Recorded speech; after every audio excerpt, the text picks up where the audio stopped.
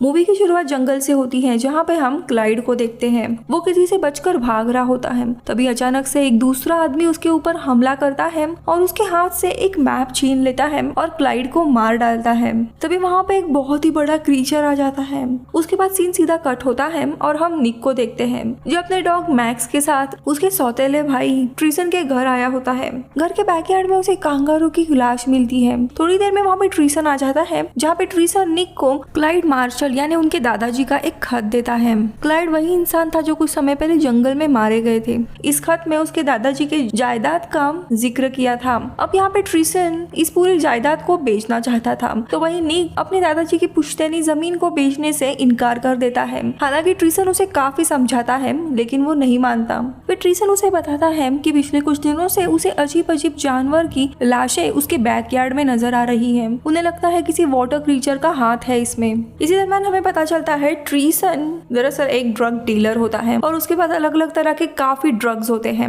इसी दरम्यान उसका दोस्त बीजे भी वहाँ पे आता है। अब ये होने के बाद वहाँ पे मिस्टर ग्रेवरी आए होते हैं जो उनके दादाजी के दोस्त होते हैं। अब रात का समय आता है जहाँ पे पूरी रात इनको वैसे ही भयानक सी आवाजें सुनाई दे रही थी और काफी देर तक फिर तीनों भी जंगल की ओर देखने लगते हैं लेकिन उन्हें कुछ भी नहीं मिलता। अब अगले दिन इनके घर पे बीजे और उसके कुछ दोस्त यानी जेसन, रिबेका, केट और आनिया ये सब वहाँ पे आते हैं।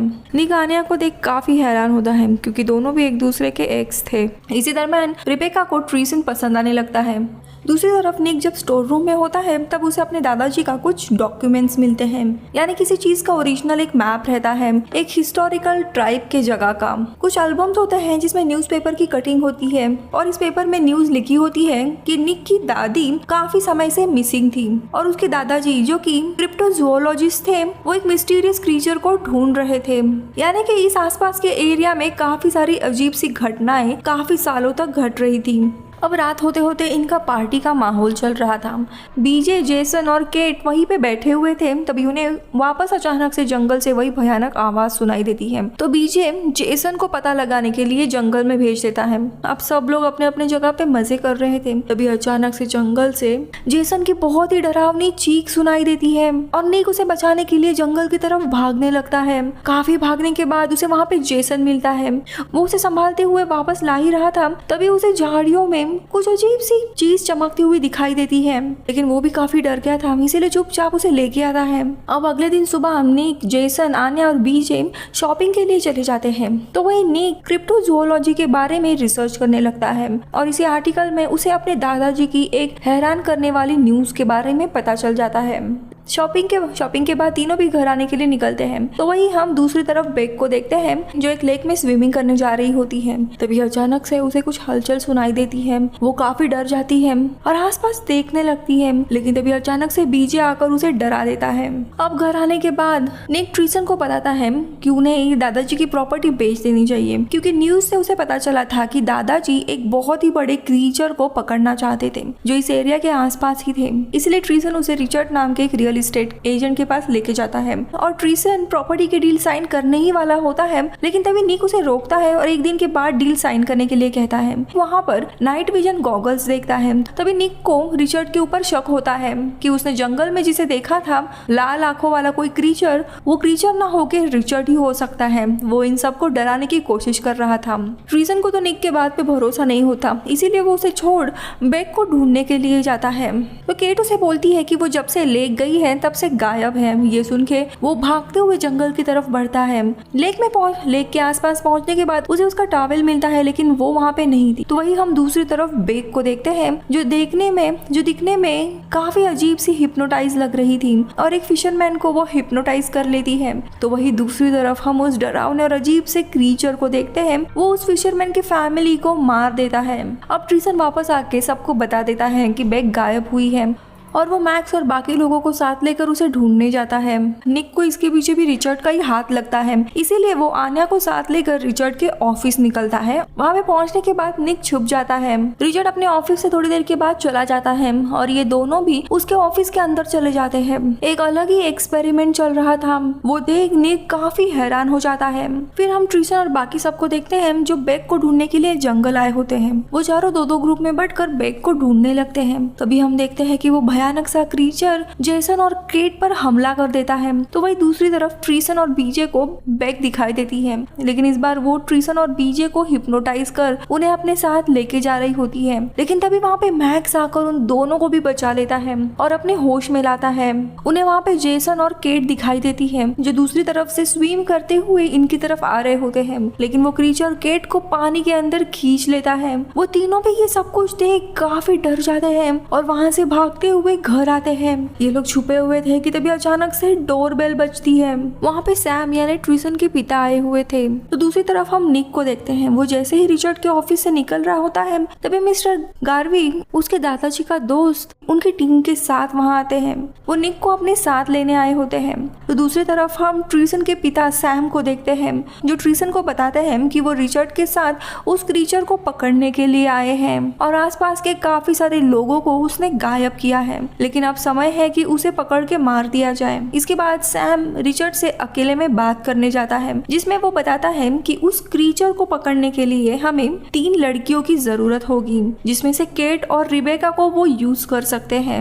और तभी हमें पता चलता है कि सैम दरअसल ये सब कुछ पैसों के लिए कर रहा है। अब सैम ट्रीसन, जेसन और बीजे को अपनी टीम के साथ जंगल ले जाते हैं। दूसरी तरफ हम मिस्टर गार्वे, निक और आन्या को देखते हैं, जहाँ पे निक आन्या को वापस घर जाने के लिए कहता है और अब मिस्टर गार्वे निक को क्रीचर का सारा इतिहास बताते हैं कि काफी सदियों पहले भगवान ने एक नेक दिल इंसान जिसका नाम बियामी था उसे लेक के आसपास की जगह, वहाँ के कबीले, आसपास के जानवर इनकी रक्षा करने के लिए भेजा था। लेकिन ये बात आसपास में रहने वाले एक इंसान को पसंद नहीं आई और वो आसपास की पूरी जगह को खराब करने लगा और बियामी और उस इंसान की काफी लड़ाई होने लगी। इसी लड़ाई में एक इविल स्पिरिट बन जाती है जिसका नाम बनीप था, जो कि एक भयानक क्रीचर था। अब बनी पूरे जंगल और आसपास के कबीले को तबाह कर देता है, इसीलिए सारे कबीले के लोग उसे मारने आते हैं। उसे मार नहीं पाते इसीलिए और उसे पानी के एक होल में कैद कर देते हैं। लेकिन वो कितना शक्तिशाली है ये देखने के लिए वो